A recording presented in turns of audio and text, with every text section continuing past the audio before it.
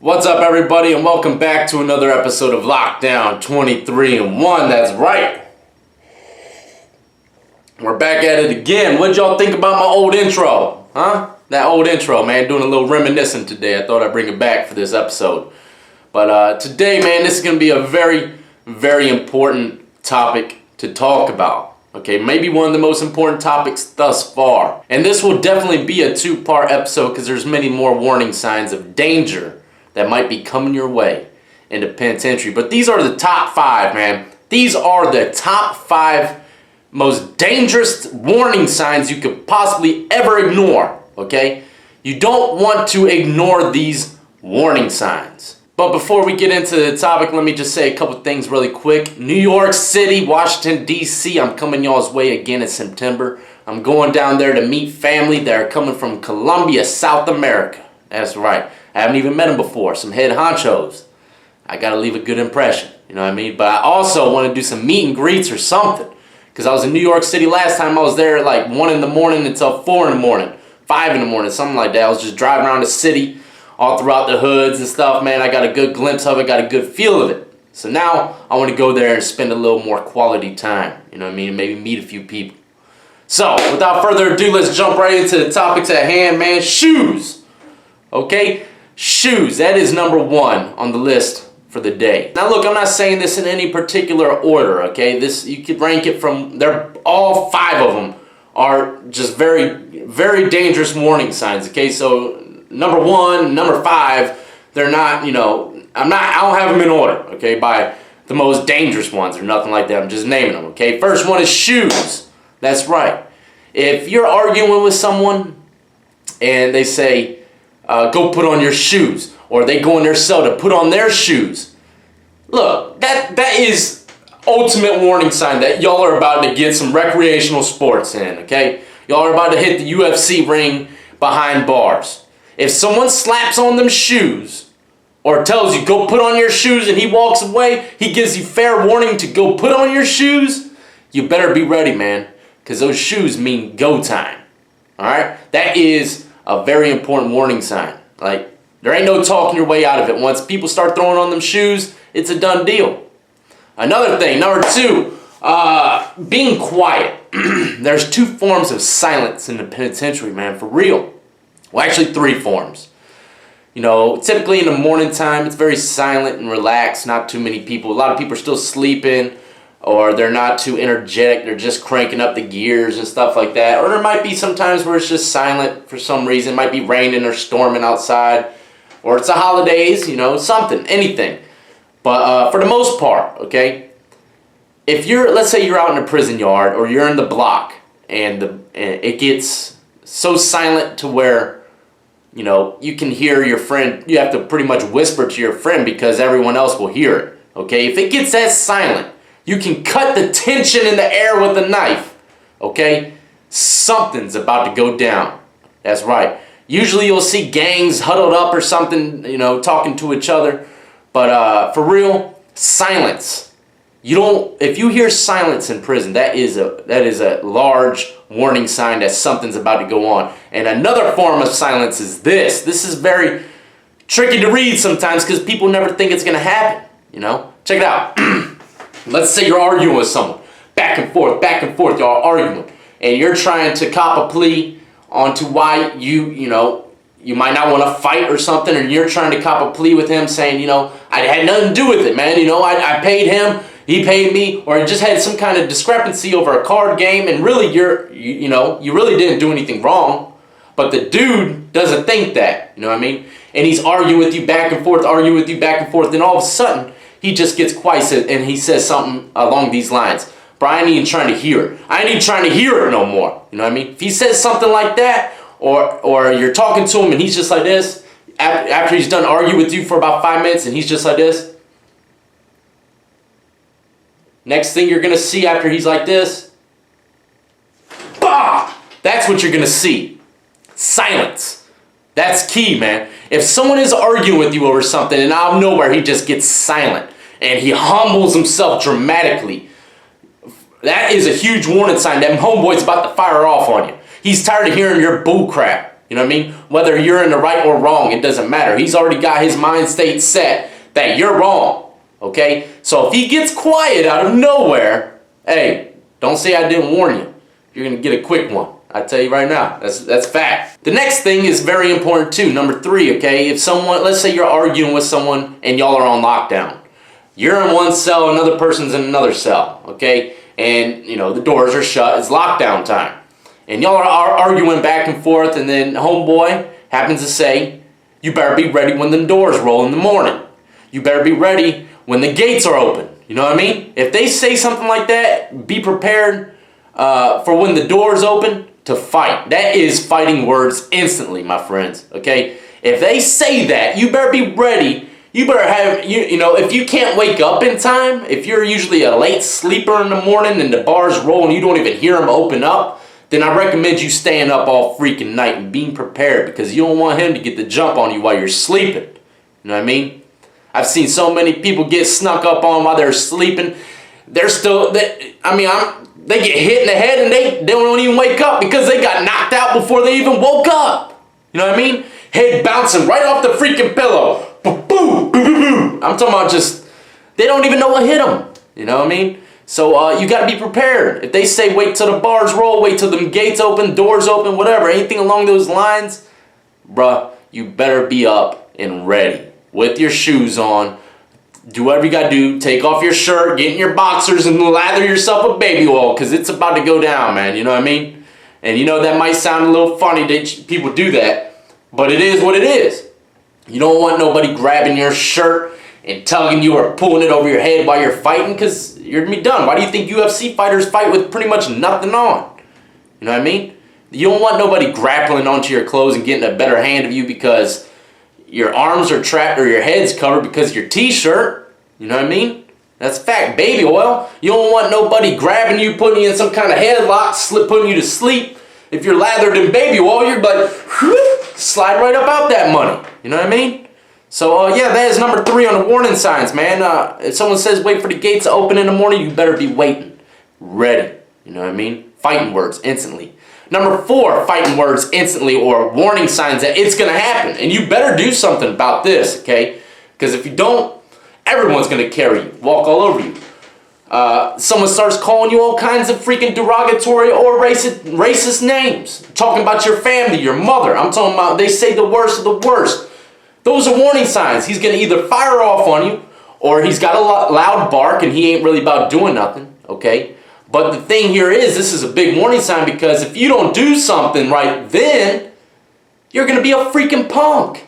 You're going to be a punk in the penitentiary. I don't care if, you know, sometimes you just got to shut your mouth and take it, you know what I mean? And everyone in the block will understand, because you're about 5, you know, you're about 5'8", and the homeboy is saying it's about 6'3", you know, 300 pounds. Everyone in the block will completely understand why you didn't do nothing, you know, because they know deep down half of them ain't going to do nothing either. Especially if he's known for carrying packing shanks, you know what I mean? Sometimes you just got to know when to let it go. Let it ride off the shoulder, you know what I mean? Some fights you ain't going to win. And if you try to, you're either going to get beat till your skull breaks in half, or you're going to get shanked up, you know? There's people in prison that were known for knocking people out and doing sexual activities to them. But I don't know, it's hard to explain sometimes when you should and when you shouldn't be trained to go. You know what I mean? It's very hard to pick and choose, and nobody wants to look like a punk in the penitentiary. But I'm here to tell you that a lot of people, you know, they understand sometimes, okay? When, you know, you're recognizing the man's authority and you're like, hey, I gotta back off. You know what I mean? So maybe I'll do a video on that, when you should be trained to go and when you shouldn't. Another one is this, man. Let's say you're going to buy canteen. Okay, let's say you're just gotten to the penitentiary. You don't really know nobody, ain't talked to nobody, but you happen to go buy a large order of canteen. And most places in the penitentiaries that I've been to have had stairs, okay? If they don't have stairs, then it'll probably be somewhere else along the lines. But if you see a group of people either blocking a stairwell on you or blocking a pathway in order for you to get back into the housing unit, okay, and they're all looking right at you, and they're blocking. Look, I can't even begin to tell you how many times I've seen people, you know, the stairwell. Okay, there was like 3 prisons I've been in that had stairwells, 2 or 3. But anyway, this was like the main, jumping spot. People, idiots, they would walk up into the stairwell and they could see, okay, they could see the doom and danger awaiting. But they don't think that anything's going to happen to them. You know what I mean? They're like, I ain't do nothing to these guys. They're going to leave me alone. Everything's going to be good. They don't give a damn what you are, who you are. If you hurt them in any way, shape, or form, it doesn't matter, man. People are hungry in the penitentiary, man. They either trying to get something you want, or they're just simply trying to prove themselves to an OG in the block. You know what I mean? Putting in work. And I'll tell you this right now, man. OGs will tell these little young soldiers to put in work on just randoms. Random people. You know what I mean? You might not have done nothing. And then the OG will come to you afterwards, like, look, it's nothing personal, bro. You know what I mean? Nothing personal. I just give you a few gangster words of wisdom. You know what I mean? For real, I've seen that happen. They'll pull the dude that got beat up to the side and jump. Pulled him to the side and said, look, it's nothing personal, man. You know? I respect you. Don't say nothing. Just, keep on the low. Just because they want to put in some work. You know what I mean? And for real, that happens. And maybe not all the time, but I have seen OGs pull guys to the side that were victims of this, kind of initiation type process, But yeah, if you walking up in a stairwell and you see a group of guys blocking it, you better not keep walking forward. You better just go back downstairs, man, for real. Unless you know for a fact these guys ain't gonna do nothing to you, which is very hard to know for a fact in the penitentiary, because your bestest friends, if he's affiliated with anybody, you never know what could happen, I've told stories about that too. But yeah, turn the freak around, you know what I mean? And if they're like, yo, give it to me, hey, you better just give it to them. You better just give it to them and either ship up off that compound, get up out that block, or fight for it. Which one you want to do? I mean, you ain't going to win against 8 people, They might respect you a little more, but, these young guys in the penitentiary, I'll tell you this right now, man, they love to fight. They love to see people get beat up, They go home and, glorify this stuff. For real, man. They're like, man, remember that one time we beat the hell out of homeboy, man? He didn't know what hit him, That type stuff, man. They just do it simply. That's why we call it, in a lot of compounds I've been in, recreational sports. Because a lot of these guys, they fight just to fight, For real. So, yeah, if you see someone blocking that stairway, you better take a quick U-turn, pop that blinker on. Tick, tick, tick. Another warning sign is this, okay? Check it out. This is, a lot of people sleep on this in the penitentiary, man. When you first go to the penitentiary, they're going to dress you out, wash you with this crazy freaking shampoo so you ain't got no lice or bed bugs or whatever. And then they're going to make you sit down. They're going to tell you all the kind of regulations they got going on. Give you a little handbook with the rules and the codes on it and whatever you got to do, And then they'll make you watch this video. This corny freaking video that was made in the 80s talking about, hey, it's like a reenactment of an inmate putting Snickers or candy bar on a pillow, and he's saying, don't take it. In the video, he's like, look, I don't know who put this freaking Snickers on my pillow, but I don't want it. It's right here. I don't want it. They always say, don't take it. Don't take it. Well, I'll tell you that right now. You never see that. You'll never see anybody put anything on your pillow. You're going to see this, though, okay? Let's say you get into the block for the first time, and, someone comes up to you.